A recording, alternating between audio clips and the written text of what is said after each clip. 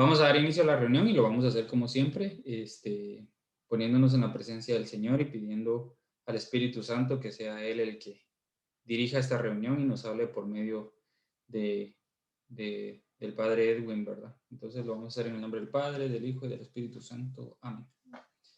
Padre amado, en el nombre de Jesús, en esta hora, queremos darte, Señor, toda la gloria, la honra, el poder, la adoración y la majestad. Reconocer, Señor, que tú eres nuestro Padre, nuestro Dios, nuestro Creador. Y darte las gracias, Señor, porque hoy sabemos que dependemos entera y totalmente de ti. Que sin ti nuestra vida, Señor, no tiene sentido ni razón de ser. Que no podemos, Señor, vivir apartados de ti.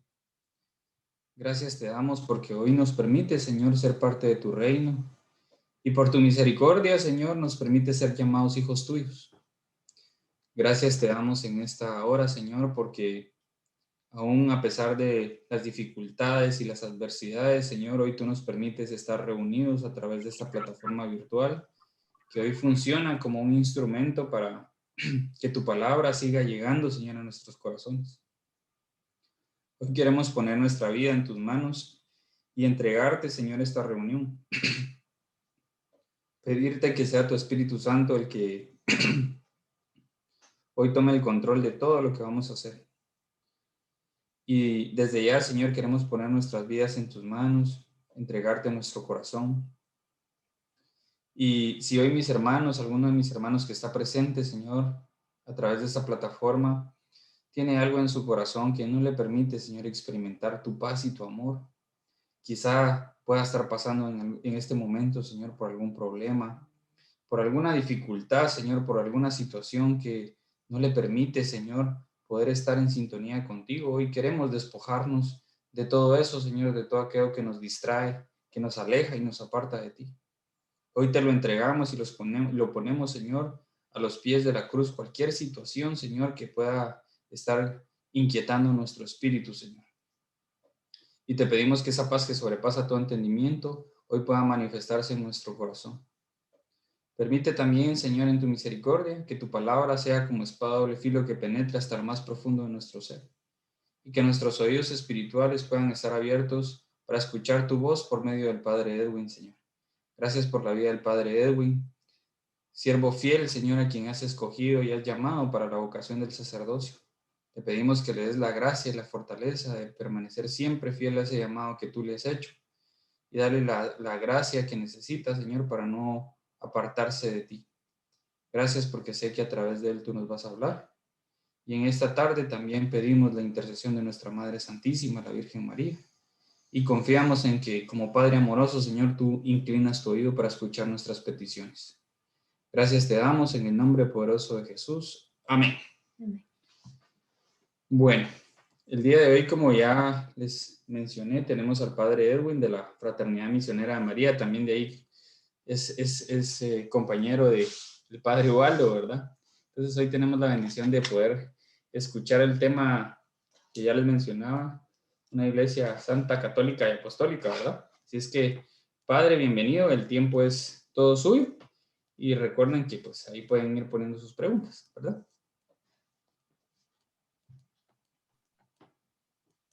Muy bien, buenas tardes y buenas noches a todos.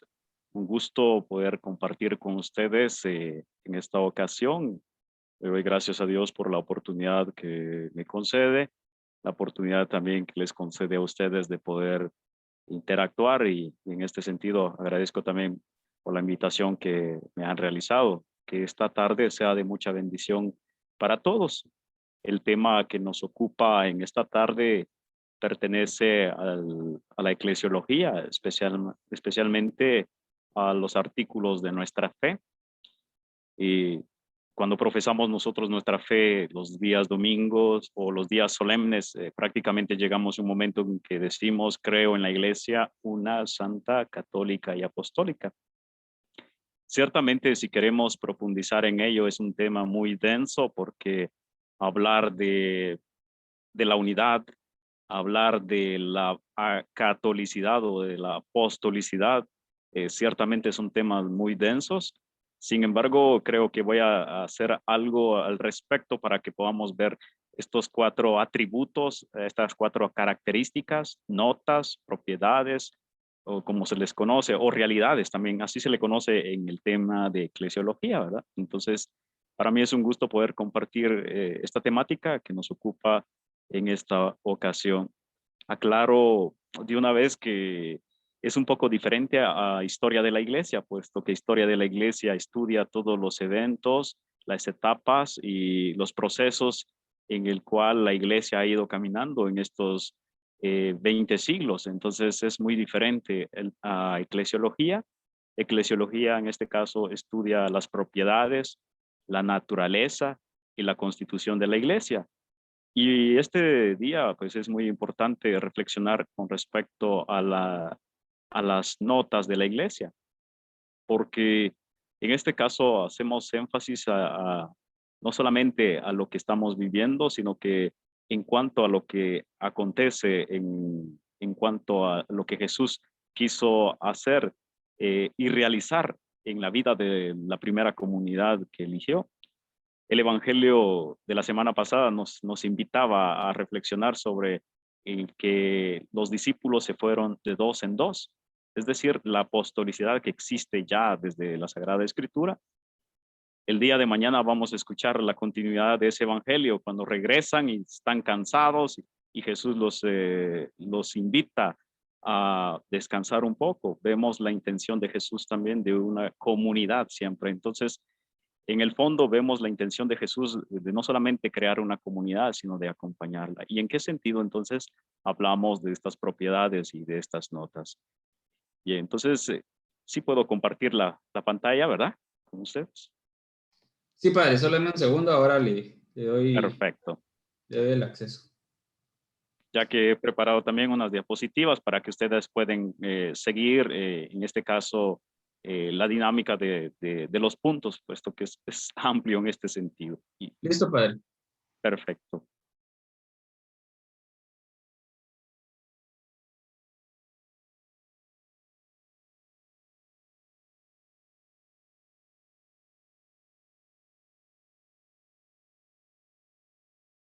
Bien. Cuando hablamos de las notas de la iglesia, entonces hablamos de las propiedades, hablamos de la constitución, incluso hablamos de las notas que hacen diferenciar entre una y otra. Y en este caso, en eclesiología se dice que la iglesia es una. En qué sentido hablamos o se habla de la unidad? Hoy vemos la pluralidad de tantas iglesias que forman parte de la tradición cristiana. Entonces es un tema que va a ocupar también la próxima semana cuando es el diálogo interreligioso, el diálogo ecuménico, va muy relacionado en la unidad de la iglesia. ¿En qué sentido se habla entonces de unidad cuando vemos diversidad?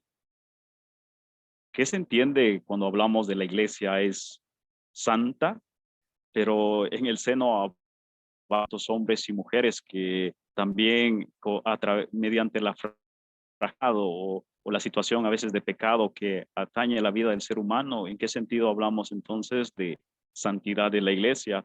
Si en el seno abarcamos todos, ¿verdad? En este sentido, buenos y malos, santos y pecadores. ¿Cómo se entiende esta parte de la iglesia es santa? Luego, la iglesia es católica. ¿Qué significa la catolicidad? ¿Hacia dónde se orienta? Si solamente es un grupo, si solamente es números, una cierta estadística, o abarca en este sentido la extensión. Vamos a contemplar y hacer algunas reflexiones al respecto. Y por uno, hablar de la iglesia es apostólica, es decir, la acción apostólica en este sentido, cómo se viene dando desde la tradición, es decir, desde los primeros padres de la iglesia, siglo II, siglo III, siglo IV, cuando comienza la sucesión apostólica, cómo se puede hablar en este sentido, y hasta el presente, si la iglesia, en este caso, continúa mediante la sucesión apostólica, o si las otras tradiciones cristianas también tienen alguna sucesión, si entran en comunión o no al respecto. En este sentido, las notas de la iglesia pues nos ayudarán a entender de una mejor manera. Pero para nosotros, cristianos católicos que profesamos nuestra fe en Dios uno y trino y en la iglesia que nos hace participar como comunidad de creyentes, creemos que la iglesia es una, santa, católica y apostólica. No solamente lo creemos, sino que lo profesamos. Eh, Seguramente mañana que vamos a tener la dicha de participar en la Eucaristía, sea virtual o sea de forma presencial, vamos a realizar nuestra profesión de fe. Y cuando vamos a profesar nuestra profesión de fe, van a recordar estas palabras ustedes. Creo en la iglesia, una santa, católica y apostólica. Comencemos entonces con la primera nota. La iglesia es una. Cuando decimos la iglesia es una, típicamente nosotros respondemos porque Jesús fundó una única iglesia en este sentido. Y rápidamente nosotros remitimos al texto de Mateo. Y en realidad en los 4 evangelios solamente aparece en 2 momentos el término iglesia. Después no aparecerá más en los evangelios, a no ser que en Hechos de los Apóstoles y Pablo aparece el término eclesía, pero en realidad en, en los evangelios únicamente en Mateo aparece en 2 ocasiones. Y hacemos referencia inmediata que Cristo funda una iglesia en el evento de la Eucaristía. Entonces es muy significativo en este sentido.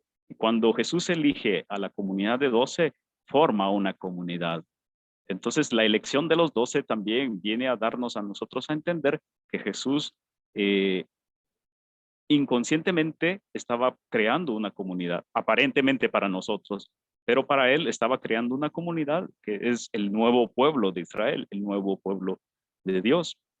Y en este sentido, eh, la iglesia testifica y hace presente la misma persona de Jesús. Entonces, es una en cuanto Cristo funda una comunidad en los 12, pero también es una en cuanto a la profesión de fe, en cuanto a que profesa una misma fe. Y en este sentido nosotros vamos a identificar entre la iglesia que Cristo funda con la iglesia católica, porque el documento de Lumen Gentium en el numeral 8 nos habla precisamente de esta visibilidad de la iglesia y al mismo tiempo la iglesia espiritual. Entonces nos hace referencia a una iglesia visible y a una iglesia espiritual.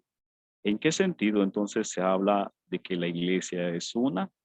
En que se identifica con la iglesia católica, puesto que el tema es denso porque hay muchos cristianos pues divididos, hablando de las iglesias históricas, los protestantes. En este sentido hablamos de los anglicanos, hablamos de los luteranos, de los episcopalianos, ¿verdad? Incluso hablamos de la tradición ortodoxa también, que forman parte de este movimiento ecuménico. Entonces, sin embargo, este querer de Cristo de fundar una comunidad y de suscitar en los creyentes la iglesia es una, se identifica entonces con la iglesia católica, que nosotros en este sentido profesamos nuestra fe, profesamos nuestra adhesión a Cristo, ¿verdad? Sin embargo, también detrás de esta intención de Jesús de fundar una comunidad, encontramos la oración sacerdotal de Jesús. En este caso encontramos tanto la intención de Juan 10:16 y de Juan 17:21-23.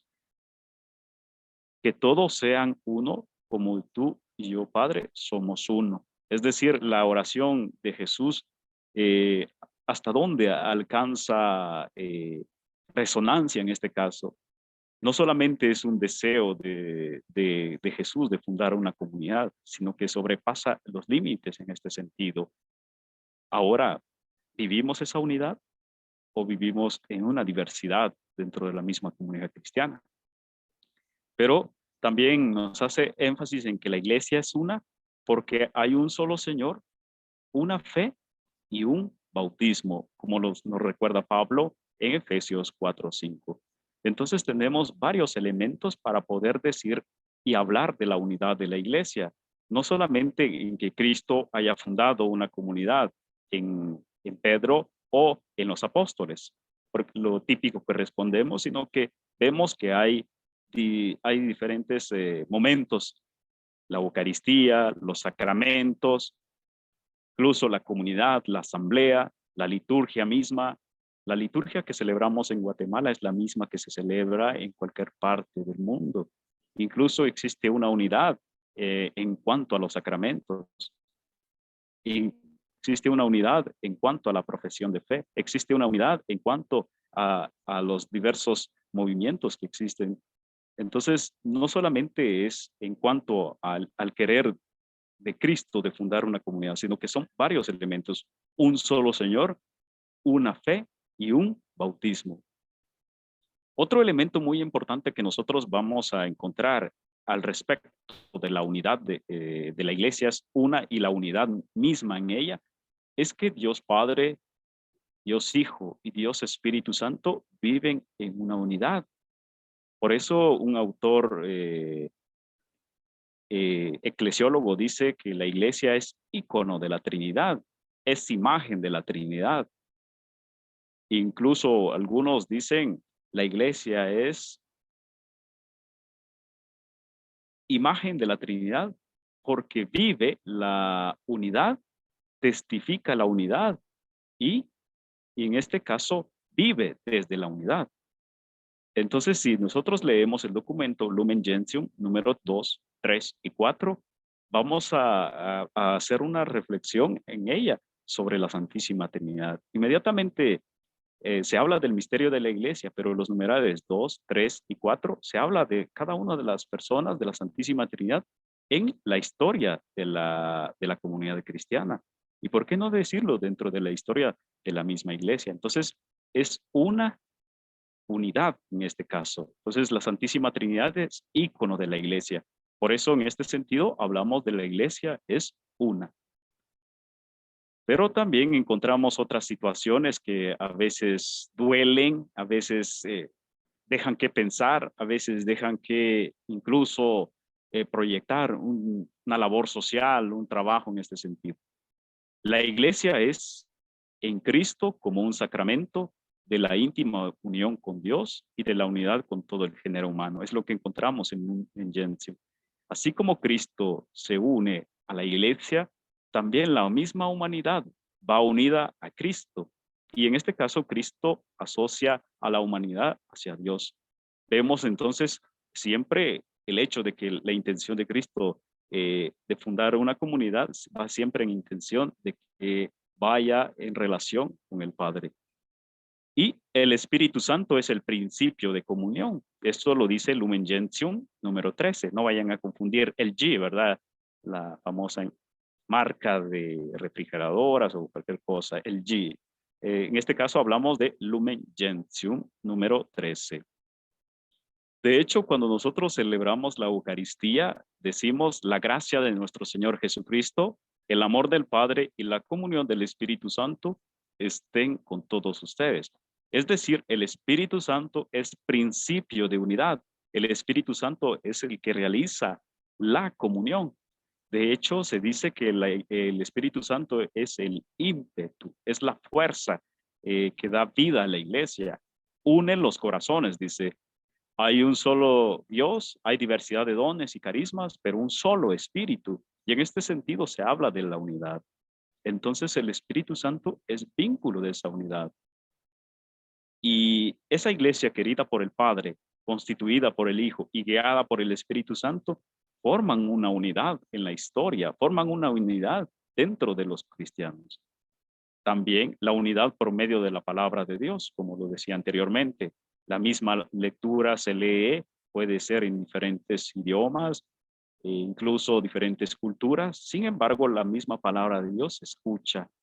Los sacramentos y una sola también la autoridad pastoral, es decir, con los obispos y la relación también con el Papa en este sentido. Hablamos de una unidad dentro de la jerarquía.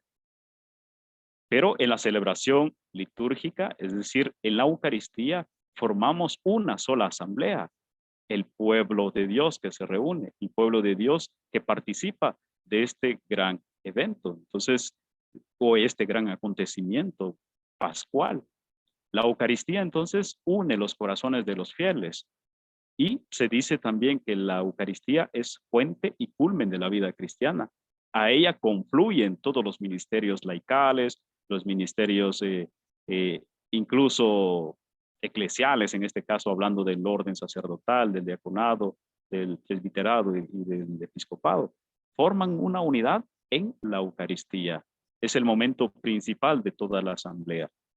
Pero también el ministerio es fuente de unidad, es decir, lo que nosotros somos como presbíteros, tratamos de vivir una unidad, no solamente con la iglesia local, sino que con la iglesia universal. Y esto lo dice el documento Lumen Gentium número 18. Bien, pasando a otra situación, que vemos las grandes heridas dentro de la iglesia católica, es con respecto a las grandes divisiones que han existido a lo largo de la historia. ¿Qué ha sucedido? Herejías, cismas, divisiones entre los cristianos, prácticamente desde el siglo VI hablamos de la separación con los ortodoxos, lo que actualmente se llaman ortodoxos, pero en aquel momento la iglesia de Oriente, Constantinopla, o los orientales como se le llamaba, desde los primeros siglos entonces han existido divisiones al interno dentro de la comunidad. Y en nuestra actualidad aún continúan diversas situaciones que a veces dejan mucho que pensar. Entonces, la pregunta ¿es una unidad lograda el deseo de Jesús, Padre, que todos sean unos como tú y yo somos uno? Ciertamente la próxima semana ustedes irán profundizando un poco más al respecto, pero en este caso, si hablamos de la unidad de la iglesia, ¿realmente lo somos?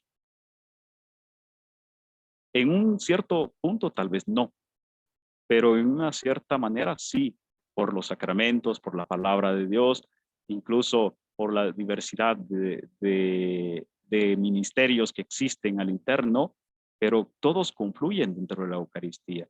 Al interno nuestro existe una unidad, se trata de vivir una unidad, pero al exterior vemos que hay una división. Y en este sentido, la única forma de cómo podemos buscar la unidad es mediante el ecumenismo, es decir, buscar la unidad por medio de la oración, porque la oración nos une en este caso. Bien, estos son algunos elementos a grandes rasgos con respecto a la unidad. Cuando hacemos referencia a la iglesia es santa,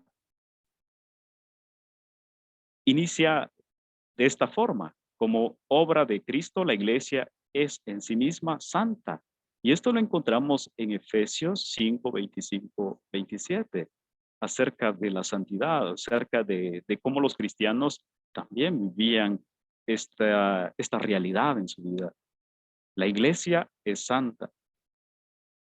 La iglesia, mediante los sacramentos, ayuda también a cada uno de los fieles a la santificación del ser humano. Por eso se dice que los sacramentos son signos visibles de la gracia de Dios. Por medio de los sacramentos también uno llega a santificarse.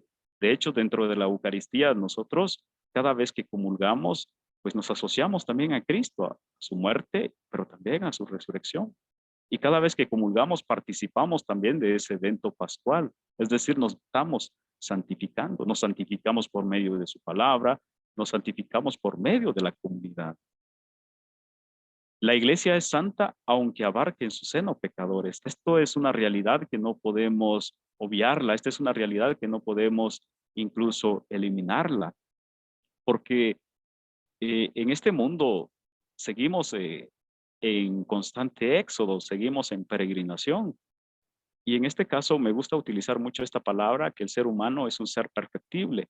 Es decir, que constantemente se va haciendo, constantemente se va realizando, constantemente se va planificando. Pero es un ser que se realiza, no es un ser perfecto. Perfecto en el sentido de que no pueda incurrir a ningún error, en el sentido de que no pueda cometer algún pecado. No, el ser humano es en este caso, perfectible.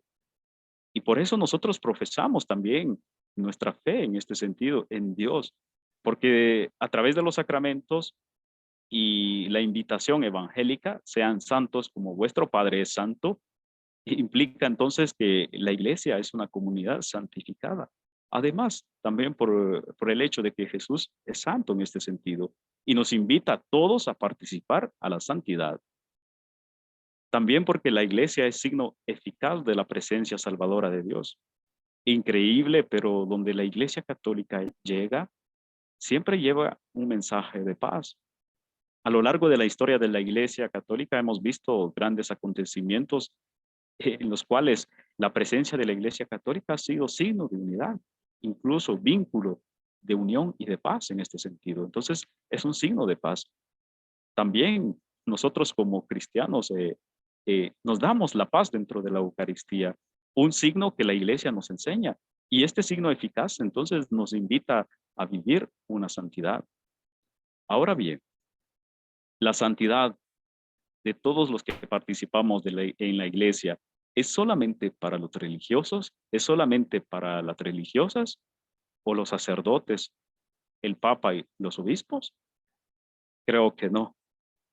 Ciertamente es poco lo que se conoce al respecto, pero la vocación a la santidad es para todos, porque desde que nosotros nos bautizamos, prácticamente participamos de la triple función de Cristo como sacerdote, como profeta y rey.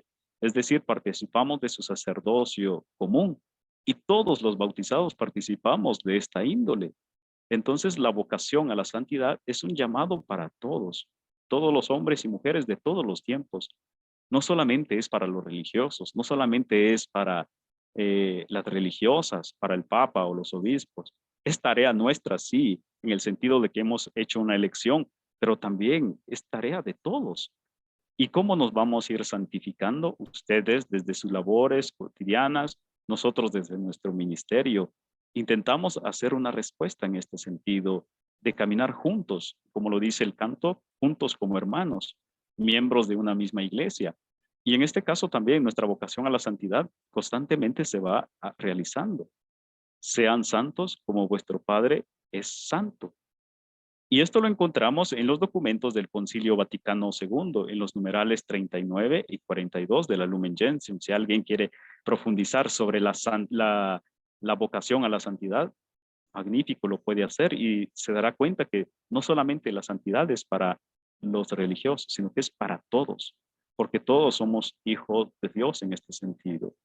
Entonces, la iglesia es santa porque es obra de la Santísima Trinidad, porque da los medios para la santificación y aunque en su seno abarquen personas pecadores como nosotros, sin embargo, nuestra vida de camino, nuestra vida de oración nos invita a la santidad. Esta es una vocación al cual nosotros estamos llamados a vivir y a realizarnos. Cuando hablamos que la iglesia es católica, decimos que es católica porque está en todo el mundo. Rápidamente decimos esto. Sin embargo, analizando los aspectos más particulares de la catolicidad, nos encontramos con los siguientes elementos. En primer lugar, porque está orientada a todo el mundo, que abarca todos los tiempos y todas las culturas.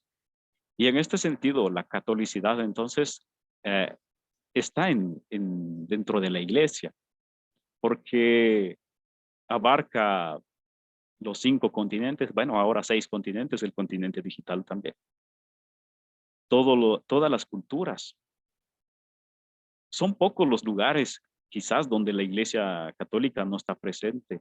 Y ahí hasta en los ambientes hostiles, la iglesia católica se hace presente. Quizás con una cierta minoría, pues, con un cierto número de cristianos, pero se hace presente en todo el mundo.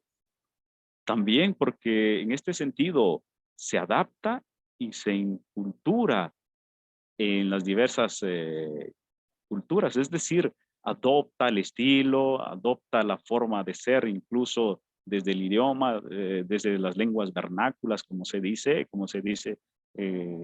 en la Sacrosantum Concilium en este caso. Entonces es una también en este sentido, pero también se extiende a los diversos lugares, a los diversos rincones de todo el mundo. Y cuando se habla de la catolicidad, se habla también que la universalidad de la redención de Cristo es para todo el mundo. No solamente es para un cierto grupo, en este caso nosotros los católicos, es para todo el mundo. Es el deseo de Jesús en la unidad, que todos sean uno como tú y yo somos uno. Es decir, la universalidad de la gracia y de la redención de Jesús es para todos los tiempos, es para cada persona. De hecho, vamos a entender que también hay ciertas verdades en algunas religiones que no las podemos obviar. Incluso aún así, cuando estemos divididos, cuando estemos separados en la profesión de fe, sí hay ciertas verdades también que las otras religiones tienen. Entonces, la universalidad de Cristo en este caso se hace presente por medio del Evangelio. Entonces, la catolicidad también implica, en este caso, el anuncio del Evangelio a todos los rincones del mundo y mostrar a la humanidad el camino de la salvación. Es decir, atraer a otros para que participen también a esta realidad que nosotros ya, por gracia del bautismo, participamos. Entonces, la catolicidad va más allá de un aspecto geográfico, de un aspecto incluso matemático, incluso más allá de una profesión de fe. Abarca la cultura, abarca el horizonte de la salvación en este caso. Y la meta de esto es que todo el mundo sea también el pueblo de Dios querido, ¿verdad? Y en este caso, Lumen Gentium número 13 nos habla al respecto sobre la iglesia que es pueblo de Dios. Y en este caso, la iglesia es católica por su aspecto geográfico, pero por el anuncio del evangelio. ¿Y por qué es católica también? Porque tanto las iglesias particulares que están unidas a la iglesia universal, en los diferentes ambientes, en los diferentes horarios incluso, tenemos una misma liturgia, tenemos una misma disciplina y tenemos una misma espiritualidad.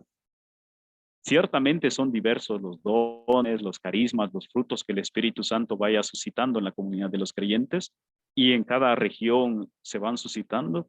Sin embargo, la liturgia nos une la fe, nos une también, en este caso, la vida espiritual de cualquier parte del mundo. Entonces, la catolicidad también implica el estilo de vida que nosotros vayamos reflejando. Podemos decir que entonces no es una cuestión numérica la catolicidad, sino es un don y una tarea de la Iglesia Católica. Es decir, que sea conocida, que sea en este caso también orientada hacia la salvación de toda la humanidad. Entonces, la nota católica implica ciertamente lo geográfico, pero implica el anuncio del evangelio a todos los rincones de todo el mundo.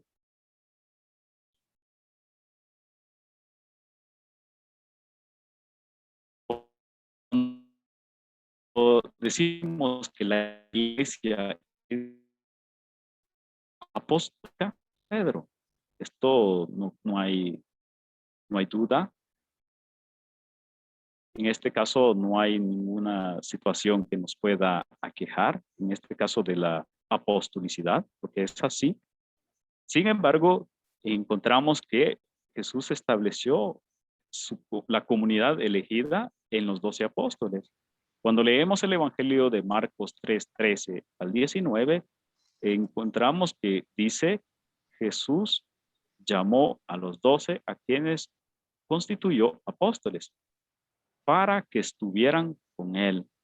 Es decir, la comunidad elegida era para que estuvieran con él en este sentido. Y en este aspecto, el hecho de estar con Cristo no solamente implicaba formar una comunidad, sino que también los envía. Es decir, apóstoles se vuelven en enviados. Y en este caso, la apostolicidad significa garantizar la fe, la misión de enseñar y ser testigos de la persona de Cristo, ¿verdad? En este sentido. Entonces, el hecho de que la iglesia es apostólica se habla de que goza de la sucesión, de que un apóstol recibió esta nómina, este mandato de parte de Cristo, y este a su vez fue instituyendo ministerios dentro de la iglesia para que llevaran la sucesión hasta nuestra generación actual. He aquí la importancia entonces de por qué los obispos están siempre en comunión con el Papa, puesto que el Papa en este caso representa a Pedro, al vicario, y los apóstoles son la referencia de todos los demás obispos. Entonces, es una importancia que se tiene dentro de la iglesia al hablar de la apostolicidad. El hecho de que la iglesia es apostólica no solo es cronológica, es decir, temporal, sino que es perpetua. No solo porque Pedro recibió o hasta la muerte del último apóstol finalizó prácticamente la primera apostólica, ¿no? Cuando fueron evangelizando a las distintas regiones, fueron instituyendo ministerios y estos a su vez fueron también instituyendo a otros, haciendo participar. Y en este sentido hablamos entonces que la iglesia es apostólica no solo en un tiempo, sino que es en el kairos, es decir, en el tiempo de Dios, es perpetua, no solamente es cronológica en el cronos, sino que es kairos, es decir, la gracia de Dios misma. Y en este sentido se dice que la iglesia es perpetua porque continúa y su apostolicidad va a continuar. Por eso hay mucha razón al decir, si esta comunidad naciente, si este ministerio está en relación con la parroquia o está en relación con el obispo, si esta comunidad religiosa está en este caso emparentado con el obispo o con la iglesia universal, porque se habla también de la apostolicidad, es decir, la continuidad de lo que los apóstoles fueron viviendo, fueron recibiendo y a su vez fueron transmitiendo a los demás. Y acá encontramos un primer dato sobre la tradición, en este caso de la Iglesia Apostólica, y encontramos un documento que se dice la Traditio Apostólica, en este caso de la tradición apostólica de Hipólito de Roma en el año 215. Y en este sentido dice que la ordenación del obispo es en colegialidad. La ordenación de un obispo es muy fundamental. Y en ese contexto, todos los demás obispos que se relacionan en esta ordenación forman parte de esta colegialidad. De hecho, si tienen la dicha al día de participar en una ordenación sacerdotal o en una ordenación episcopal, se darán cuenta de cómo esta colegialidad implica la fidelidad, porque llegan todos los sacerdotes, incluso todos los obispos, para imponer las manos. Es como signo de la colegialidad, no solamente porque así lo hicieron los primeros apóstoles, sino que esta es la forma de cómo mantener viva una tradición, no la tradición con T, sino con la tradición con T mayúscula, que implica entonces la vivencia de la primera comunidad apostólica en este caso, y manteniendo también la fidelidad con la revelación que viene de Cristo. Es apostólica porque el Espíritu Santo también ayuda a los obispos a comprender mejor el mensaje de Cristo. El Espíritu Santo entonces es fuente de unidad. El Espíritu Santo es fuente de comunión. Por eso los obispos en su diócesis forman una unidad con su presbiterio y a su vez el Papa juntamente con el colegio de obispos forman una unidad dentro del pueblo, dentro de la iglesia en este caso. Entonces, el hecho que nosotros digamos que la iglesia es apostólica viene por el hecho mismo de la sucesión, es decir, que hay un itinerario que hasta el momento se utiliza para transmitir el mensaje de Cristo, en este caso, en una fidelidad que viene del Espíritu Santo. A grandes rasgos, entonces esto es en cuanto hablamos de que es la apostolicidad. Pero la iglesia no solo es una unidad, sino una sociedad organizada que trae sus orígenes del mismo Cristo. Por eso es apostólica también. La iglesia es apostólica por la misión, la doctrina y el ministerio que han recibido de los apóstoles en este caso. La misión de transmitir, la misión de ser evangelizadores, la misión de que recibamos una doctrina y la misión de un ministerio en este caso. Entonces, en este sentido se habla de la apostolicidad. Y en este caso es muy importante la sucesión de los obispos para la validez de los sacramentos, porque solamente el obispo que está en comunión con la iglesia local o la iglesia particular, en este caso la iglesia de Guatemala, es una iglesia particular, o con la iglesia universal, es decir, con toda la iglesia que se reúne en Roma. Si se mantiene esta unidad, entonces se da la validez también de los sacramentos en este caso. Entonces, encontramos varios elementos que nos hablan con respecto a la apostolicidad, en la misión, en la doctrina y en el ministerio. Somos apóstoles, somos enviados, porque hemos recibido una sucesión en este caso. Y ya para concluir, porque se va siendo limitado el tiempo en este caso, podemos decir que la iglesia es una porque hay una misma fe. Son los mismos sacramentos y una sola jerarquía. La iglesia visible, ¿verdad? Que nos habla Lumen Gentium, número 8. Una misma fe, un mismo sacramento, una sola jerarquía y una misma celebración, que es la Eucaristía en este caso. Una sola asamblea, un solo pueblo de Dios, un solo rebaño. Pero también la iglesia es santa porque Cristo la santificó.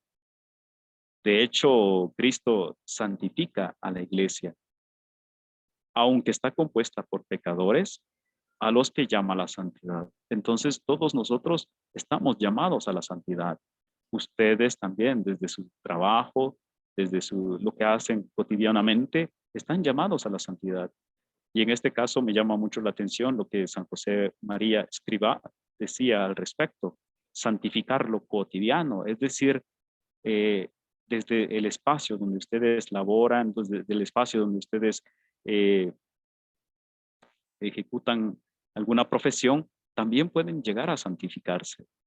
No solamente es dentro de una comunidad religiosa o dentro de la vida sacerdotal, también desde los ambientes más ordinarios se pueden santificar. Y qué alegría que también ustedes pueden santificarse dentro de sus oficios, dentro de sus profesiones o el ambiente donde ustedes laboran. La iglesia es santa porque Cristo la ha santificado y nosotros estamos también en un camino hacia la santidad, que es nuestra meta, nuestra vocación a la santidad. Y es católica porque contiene todos los medios de salvación, porque se dirige a todo el mundo y la iglesia lleva un mensaje de salvación mediante los sacramentos. Y además, todos los hombres están llamados a formar parte de ella. Toda la humanidad está invitada y es tarea nuestra entonces de hacer participar a otros dentro de esta vivencia al cual nosotros ya por gracia de Dios y misericordia participamos en este sentido. Y por último es apostólica porque Cristo la edificó sobre el fundamento de los apóstoles. Por eso cada vez que celebramos una solemnidad o una fiesta de los apóstoles, se hace con mucha reverencia, porque ellos a través de su testimonio nos han dejado un legado de aquel que los llamó para que estuvieran con él y que mediante el encuentro con esa persona los hizo también transmitir esta alegría. Creo que en este sentido son a grandes rasgos sobre las notas de la iglesia. Como decía al inicio, este tema es muy amplio en cuanto al contenido que tiene, porque podemos hablar de contenidos propiamente bíblicos, porque sí los hay, ¿verdad? Al hablar de cada una de las propiedades de la iglesia. También un contenido teológico, porque también los hay, es decir, todas las etapas de la historia de la iglesia, de cómo la reflexión se ha ido creando, se ha ido evolucionando, y también la aplicación pastoral, es decir, en qué nos compromete esto, ¿verdad? No solamente en conocerlo, sino que también en transmitirlo, es decir, compartir con otros también que tengan esta oportunidad de formar parte de este pueblo de Dios. Entonces, la iglesia ha ido reflexionando al respecto de las notas, propiedades, constituciones de una Santa Católica Apostólica desde los siglos III al siglo IV. Estamos hablando entonces del 325 al 381, que es donde los concilios de Nicea y Constantinopla se unen para hablar sobre las grandes verdades de nuestra fe. Entonces, ya llevamos más de 1000 años de profesar nuestra fe en este sentido. Entonces, la iglesia se empieza a reflexionar a partir del concilio de Nicea y Constantinopla. Y de ahí vienen las notas, lo que nosotros profesamos cada domingo, nuestra fe en la celebración. Creo que son elementos a grandes rasgos sobre lo que ustedes en esta ocasión les ha ocupado sobre el tema de las notas de la iglesia. Muy bien, un gusto entonces en compartir con ustedes esta reflexión con respecto, no sé si hay alguna duda, si tenemos tiempo o... Sí, padre, muchas gracias por su clara y precisa presentación. La verdad, creo que nos deja muchísimas cosas muy importantes, ¿verdad? Te agradecemos bastante, de verdad, por su apoyo, por su dedicación, ¿verdad? Y por haber compartido esos conocimientos con nosotros. Y no sé si hay alguien que tenga alguna pregunta ahí en relación al tema. Todavía tenemos algunos minutos para, y aprovechando que el padre también tiene un tiempecito todavía, ¿verdad? Entonces... Todavía hay tiempo. Si no, mientras alguien de repente se anima a hacer una pregunta, padre, yo tengo una. Sí, sí. Yo creo que, bueno, usted hacía mención de, digamos, en el tema de la parte apostólica de la iglesia, que obviamente pues es algo que se va dando por sucesión, ¿verdad? Y eso es bien importante, creo yo, tomarlo en cuenta porque, digamos, hablando de otras denominaciones, quiero poner básicamente dos ejemplos, ¿verdad? Digamos con los hermanos evangélicos, ¿verdad? Que ellos, básicamente hay algunos que se autoproclaman apóstoles, número uno. Y número dos, usted también hacía mención, y eso obviamente nosotros lo vimos aquí porque ahora estamos más cerca de los anglicanos, ¿verdad? Digamos, ellos prácticamente tienen las mismas costumbres y tradiciones de la Iglesia Católica. Y de hecho, ellos también, podríamos decir, ordenan sacerdotes y obispos, ¿verdad?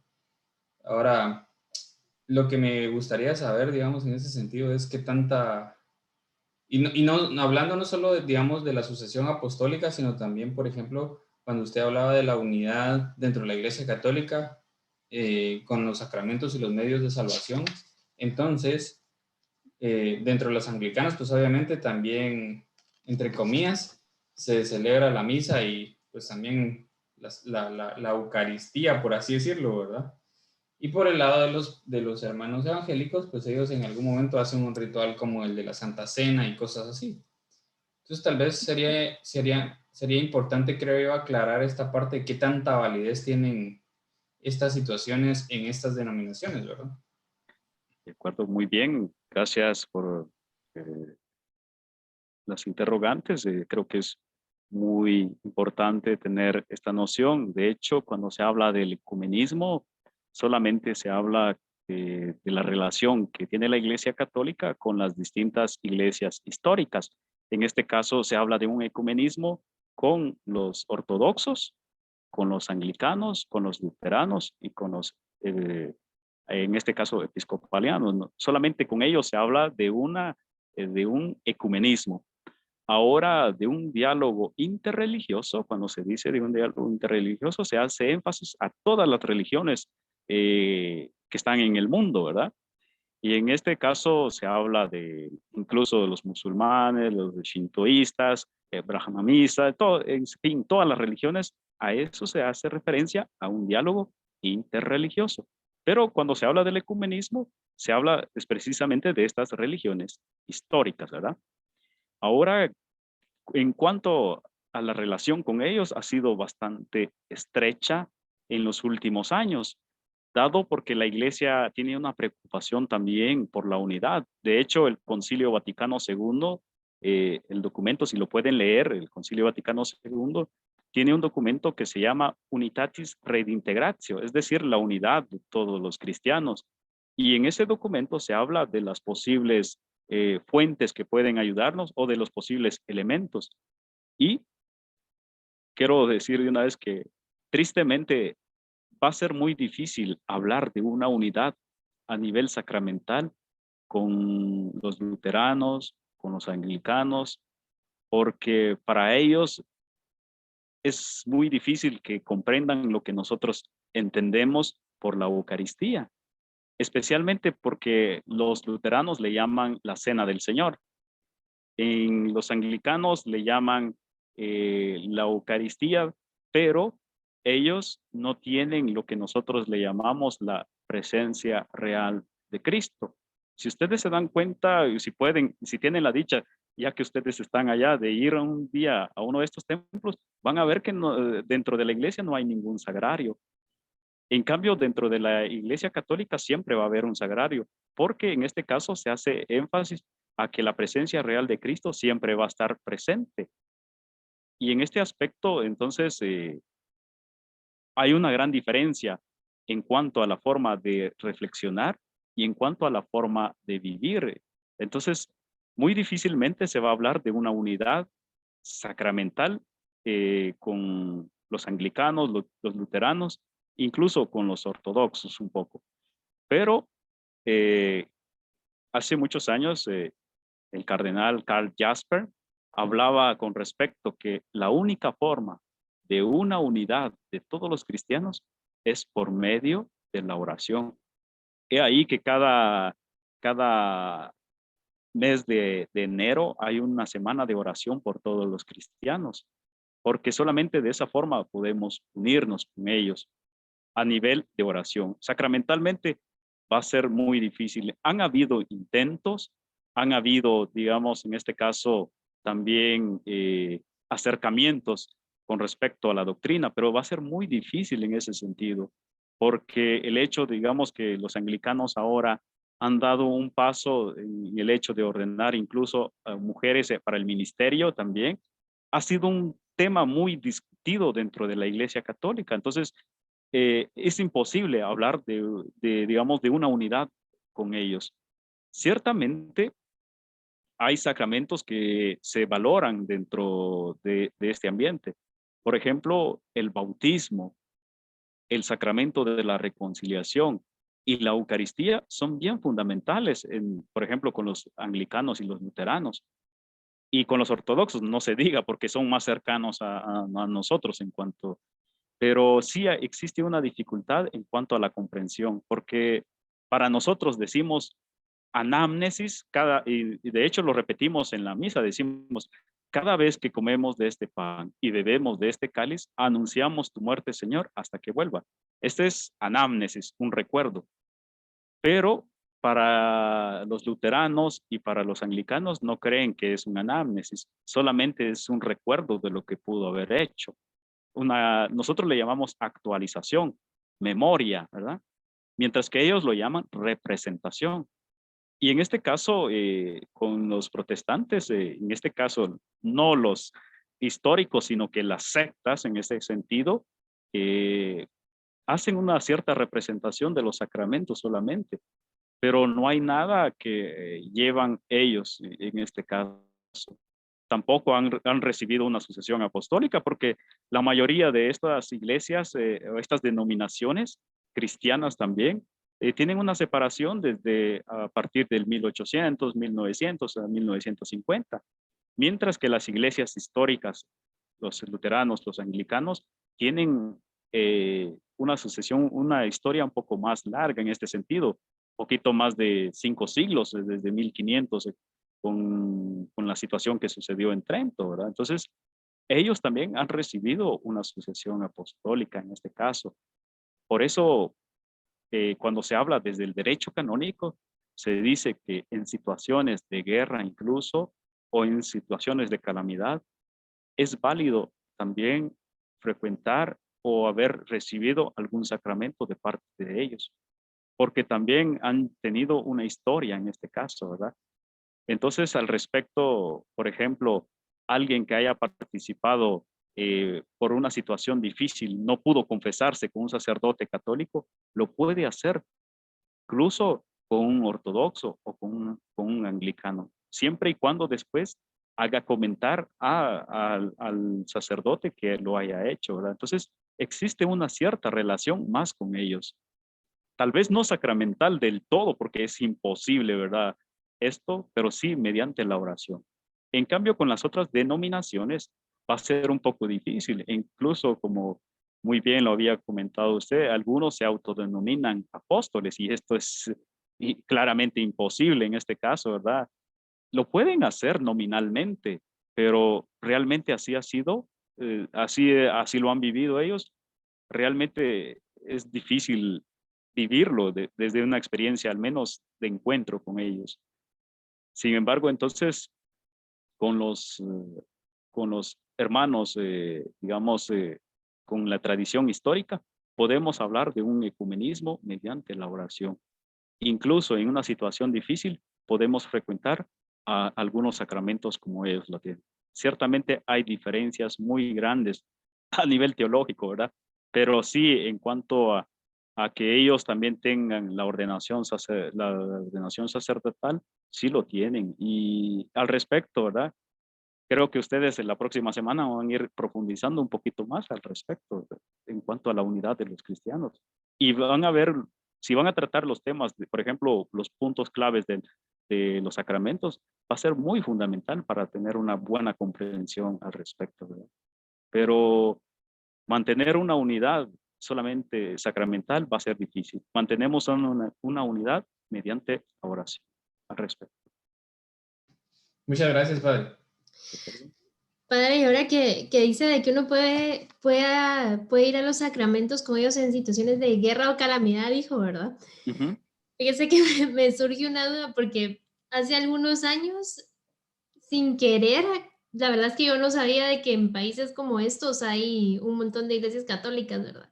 Entonces, sin querer, encontramos una iglesia católica con mi mamá y nosotros seguimos a católica, ¿verdad? Y fuimos a la misa y recibimos la Eucaristía y todo. Y al final nos enteramos de que era anglicana, ¿verdad? Pero igual, ya investigando más, cerca donde estábamos no había iglesias católicas romanas.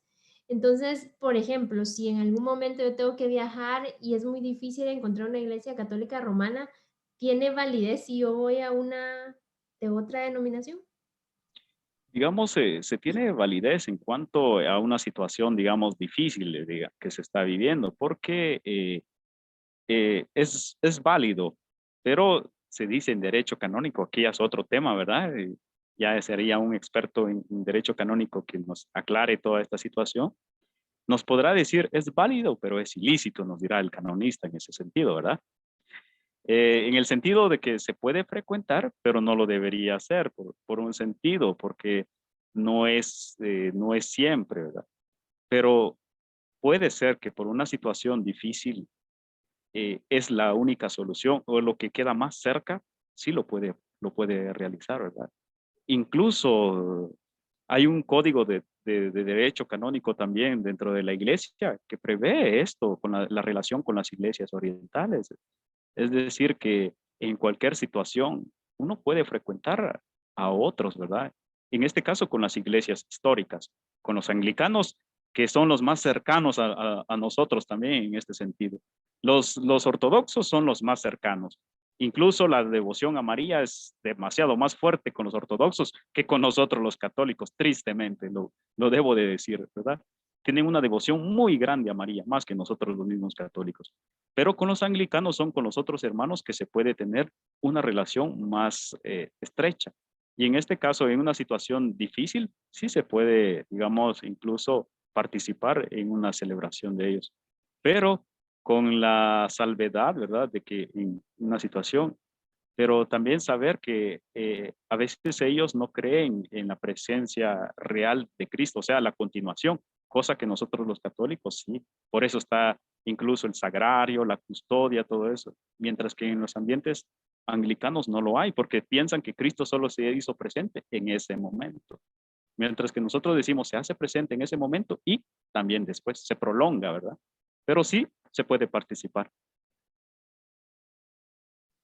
Muchas gracias, Padre. ¿De acuerdo? Bueno, yo creo que también, ahorita le mencionaba a Andrea, van a aclarar, como usted decía, por cuestiones de, ¿qué decíamos? De distancia. De distancia, pero de distancia no por comodidad, ¿verdad, padre? Sino porque Exacto. definitivamente no hay nada, ¿verdad? Yo creo que esa parte Ujú. también es bueno aclarar, la verdad. No sé si hay alguien más que tenga otra pregunta ahí antes de despedirnos, que tenga alguna inquietud con relación al tema, que diga yo, porque la puedo escribir en el chat antes de Aproveche, pedirle aproveche. al Padre que haga el favor de orar por nosotros a la 1, a las 2, a las 3. Bueno, yo creo que nadie tiene ninguna pregunta, entonces, Padre, no sé si usted sería tan amable de poder orar por nosotros y aprovechando, pues, darnos la bendición. De acuerdo. Muy bien. Antes de orar por ustedes, agradecerles también por la oportunidad de poder compartir algunos elementos y fundamentos sobre nuestra fe, puesto que es muy denso, como lo decía al inicio, entonces solamente he hecho una aproximación a lo que podría ayudarnos muy bien a la comprensión. Y de verdad los admiro a ustedes porque en medio de la situación, en medio de la distancia, la comunicación pues se hace presente, y creo que esto también es un signo de la eclesialidad y es un signo también del hecho de que la iglesia sea católica. De hecho ya lo estamos realizando, ¿verdad? De que ustedes, como decía una profesora, de las Europas para las Américas, decía, ya tenemos una, digamos, una gran distancia, y en este caso pues ustedes están realizando también un esfuerzo, y todos los que participan también forman parte, y no solamente en formativo, sino que en la apostolicidad, porque también participan ustedes seguramente en alguna comunidad, en los que lo harán después, en una pequeña comunidad donde ustedes también irán formando, irán formándose. Entonces, admirarlos y animarles a que sigan continuando y que sigan perseverando, por favor, ¿verdad? No claudicar, no todo lo contrario, seguir firmes en la fe, que para esto también el Señor los ha motivado y el Señor les ha llamado donde quiera que se encuentren. Muchas felicitaciones a ustedes, mi admiración y respeto, y también las oraciones por cada uno de ustedes para que también puedan siempre redescubrir y realizar siempre la voluntad de Dios. Muchas gracias por la oportunidad, que el Señor me los bendiga. Bien. Hagamos nuestra oración entonces, diciendo en el nombre del Padre, del Hijo y del Espíritu Santo. Amén. Señor Jesús, te damos gracias a esta hora de la tarde, de la noche, en que tú nos has permitido compartir, en que tú nos has permitido comunicarnos, dialogar, formarnos. Te pedimos tu protección, te pedimos tu bendición para que en lo cotidiano de nuestra vida siempre lo realicemos con alegría, siempre lo realicemos con entusiasmo, y que a través de tu Espíritu demos testimonio de esta alegría, de que hemos sido convocados, de que hemos sido llamados, elegidos y vocacionados para también transmitir tu evangelio a aquellos que aún no te conocen. Te agradecemos tan maravillosamente por el regalo de la vida. Te pedimos tu protección en los momentos difíciles que podamos estar atravesando, en una situación de enfermedad, alguna situación, algún problema, alguna dificultad. Que tu Espíritu nos aliente con la fuerza, que tu Espíritu nos motive, que tu Espíritu alegre en nosotros. También te pedimos que aquellas personas que entrarán en contacto, para que también puedan descubrir las maravillas que tú haces en esta comunidad virtual. Gracias, Señor, porque nos llamas. Gracias, Señor, porque nos eliges. Gracias porque nos das tantos dones, carismas y talentos. Madre Santísima, intercede por cada uno de nosotros, tus hijos. Tú, como buena madre y discípula, realizaste siempre la voluntad del Padre. Permítenos también a nosotros ser fiel oyentes de la palabra de tu Hijo y también buenos discípulos para poder proclamar las alegrías que tú realizas en nosotros. Gracias, Madre Santísima, porque tú nos enseñas a amar a tu Hijo Jesucristo. Gloria al Padre, al Hijo y al Espíritu Santo, como era en el principio, ahora y siempre, por los siglos de los siglos. Amén. El Señor esté con ustedes. Y con tu espíritu. Y la bendición de Dios Todopoderoso, Padre, Hijo y Espíritu Santo, descienda y permanezca en ustedes. Amén. La alegría del Señor sea nuestra fuerza. Pueden seguir en paz. Demos gracias al Señor. Muy bien. Mucho gusto en saludarlos y conocerlos. Que el Señor me los bendiga hoy y siempre. Chao. Muchísimas gracias, Padre. Gracias, Seguimos Padre. en oración por su vida y apreciamos muchísimo su tiempo. Gracias a ustedes. Y para pues, las demás personas, queremos comentarles, los que no se conectaron desde el principio, comentarles que el próximo sábado tenemos un tema bien interesante de lo que ya más o menos el Padre Edwin está haciendo una introducción, que es sobre diálogo interreligioso y ecumenismo, para darle un poco de seguimiento a lo que estuvimos viendo el día de hoy, ¿verdad? Y seguir profundizando en esta enseñanza. Así es que, pues, desearles un bendecido fin de semana, que el Señor los colme de grandes bendiciones y, pues, creo que vale la pena resaltar algo que decía el Padre Edwin hace un momento, ¿verdad? Nosotros somos parte de la Iglesia Católica y, pues, el ser católicos es también llevar, como decía él, el Evangelio a todos los rincones del mundo.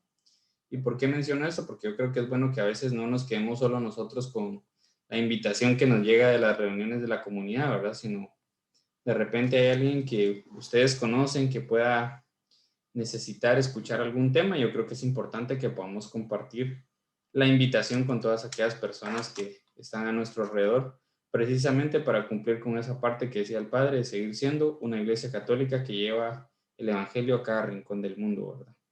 Sabemos que hay tantas personas que lo necesitan, así es que no nos quedemos con esto, ¿verdad? Sino también compartámoslo con los demás. Bueno, entonces, muchísimas gracias siempre por haber participado en la reunión del día de hoy. Seguimos en oración por la vida de cada uno de ustedes. Y pues si Dios lo permite, nos vemos el próximo sábado. Paz y bien para cada uno de ustedes. Que el Señor les bendiga. Adiós. Gracias, Eric. Bendiciones a ustedes también. Feliz tarde. Hasta pronto. Adiós a todos.